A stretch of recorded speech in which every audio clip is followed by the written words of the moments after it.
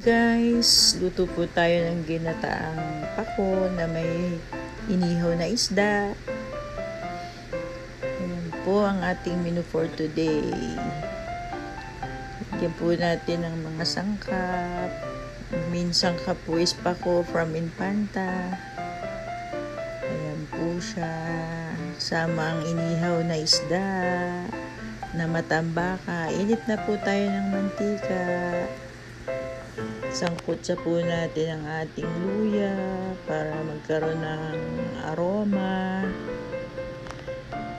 Sangkutsahin po natin mabuti. Kapag pumula na po siya, ilagay na rin po natin ang ating bawang.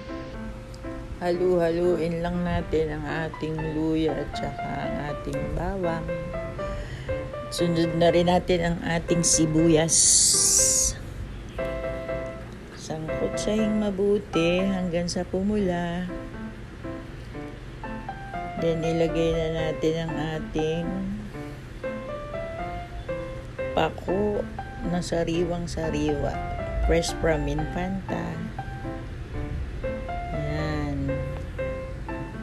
Halu-haluin lang po hanggang sa maluto na siya. At ilagay natin ang ating inihaw na isda.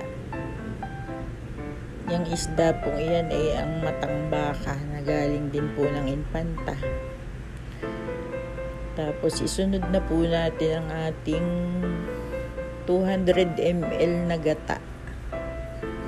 Or kung pwede rin po yan na lagyan din po natin ng tubig na 1/4 na baso. Halu-haluin lang po natin hanggang sa maluto na siya. Ayan na po, lagyan natin ng asin, lagyan natin ng paminta para bumango, at lagyan din po natin ng betchin. At ang panghuli po ay ang ating sili. Kung gusto nyo po ng medyo maanghang, pwede nyo po yang hiwain. Takpan na po natin at buksan muli hanggang sa maluto. Ayan na po siya, luto na po. Pwede na tayong kumain ng ating hapunan. Wow, sarap na po yan. Ayan na siya.